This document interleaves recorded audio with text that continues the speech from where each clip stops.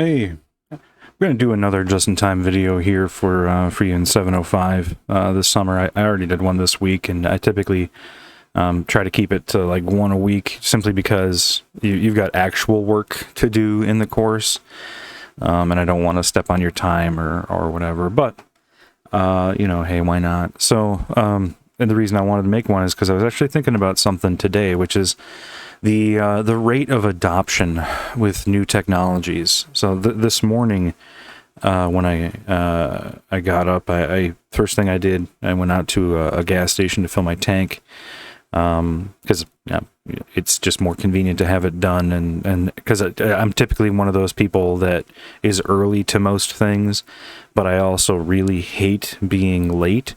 So I especially hate it when I'm late because I have to stop for gas. So I'm usually pre-planning these kinds of things. So I stop at the gas station, and recently here in Stevens Point, which is a small town, we finally caught up to essentially the rest of the world, and now all of our gas pumps are prepay or credit rather than going in after you pump to pay. And as a result, there's been some updates to many of the service stations around here. Many of them still use older technology, right? Buttons. You have a screen, and you make your selection or what have you, but you actually push physical buttons. And some of the newer pumps that have recently been installed at some service stations are using touch screens. And it kind of struck me that wow, we're finally doing this, right, with gas pumps. And why did it take so long? Because I'm sitting there thinking about physical buttons versus touch screens, and it caused me to think about the great transition in mobile technology from your physical buttons on, like, for example, your BlackBerry device to touch screen, as the only input-output device for most phones.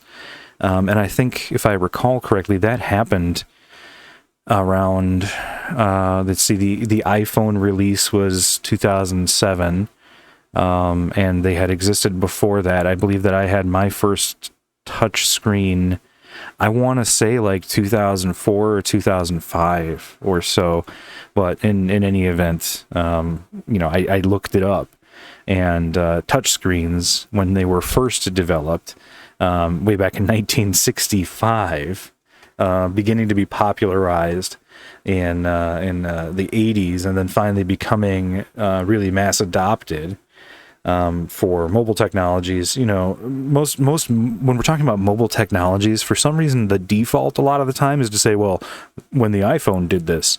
But it's so easy for us to forget that there were phones before the iPhone, and as a matter of fact, Apple lifted a lot from other devices at the time when it was released in 2005, 2007, whatever it is.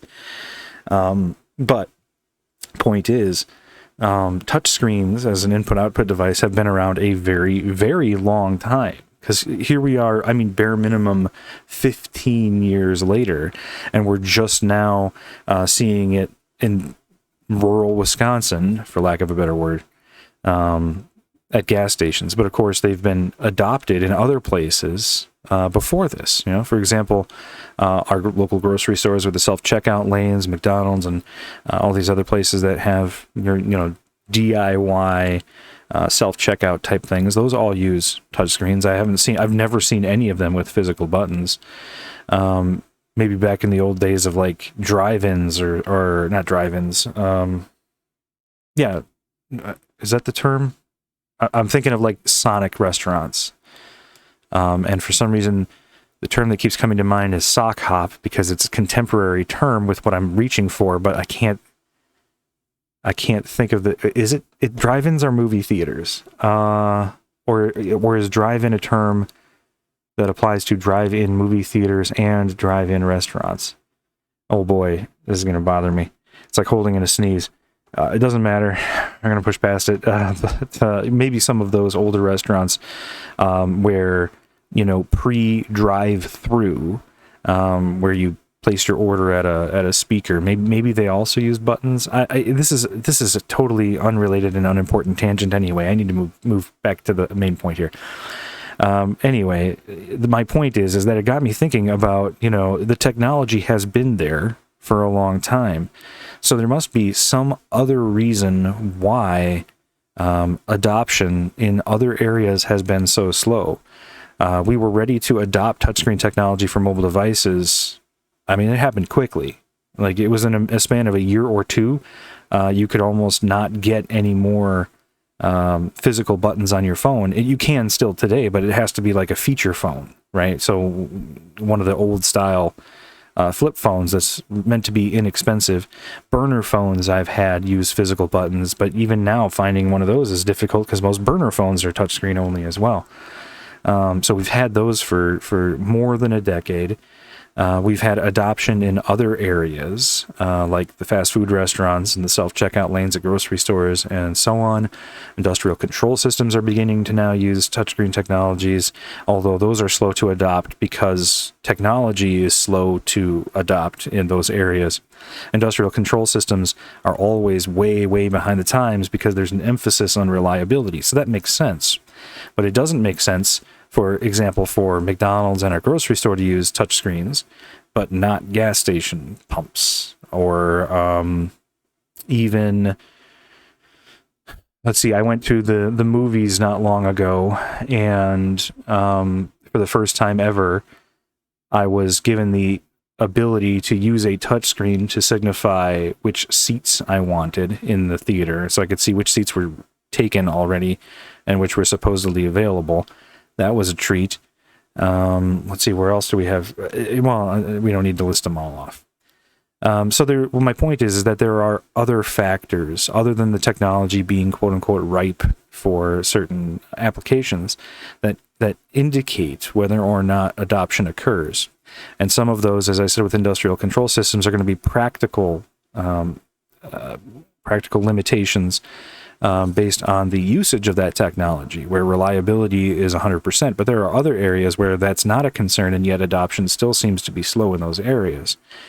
And you can feel free to leave a comment here on YouTube, or include this with your response on Canvas for this week's discussion if it inspires you. But I'm wondering, what do you think the limit is? What is the factor that determines when technology is implemented?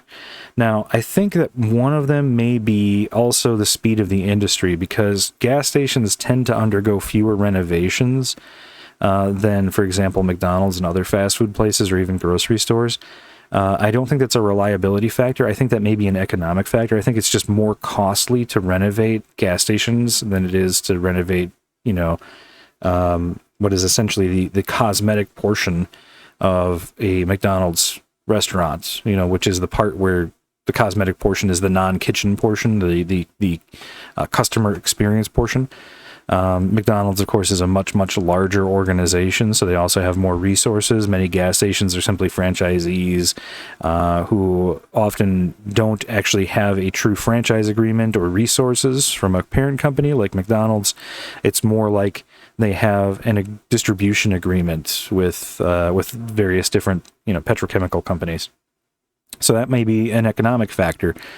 But there's also, it occurs to me that there's also got to be some social factor here as well, where different demographics of different organizations must reach a tipping point, or at least some sort of familiarity with an interface device before those interface devices can be adopted. So, for example, we can say that what is the crossover between the average mobile device user and the average McDonald's customer? If there's a significant amount of overlap, then McDonald's customers will be already familiar with the concept of a touchscreen before they even go into a McDonald's restaurant, and therefore the amount of frustration that is experienced with the implementation of a new interface device obviously will be lessened. But if we look at, let's say, the crossover between a mobile device user and how about... well, I don't want to be insulting here, but how about like a bingo hall? We might find that there's less crossover between those two demographics, and so people who frequent bingo halls might be less familiar with the concept of touchscreen interfaces, and so might experience more frustration as a result. And at the same time, of course, that also means that people who use mobile devices are less likely to go to bingo halls, and so may not be as familiar or experience more frustration when attempting to play a game of bingo, right? I don't know. This is just in time content, so this isn't well researched or well formed ideas. These are just me checking in and I guess sharing my thoughts because that's with online classes. I call these videos proof of life videos because if I don't make them, people tend to assume that I'm not paying attention and not engaging with the class, which is a fair. I've also been an online student. I think that that's a fair conclusion to draw when you don't hear anything from an instructor in an online class. But at the same time, with all of the content that's already created for the course, I don't want to inundate you with information that you must absorb in order to pass the class, because that simply wouldn't be fair, because then it undermines the main strength of an online course, which is, flexibility. So we have all of the important content already up and available to you, and these are just videos that I can create to let you know that I'm here and I'm alive and I'm listening. So, all right. So if you have any comments or concerns or points to make on this, feel free to leave either a comment on the YouTube video or up on Canvas. I'm happy to hear from you and hear your thoughts on this matter.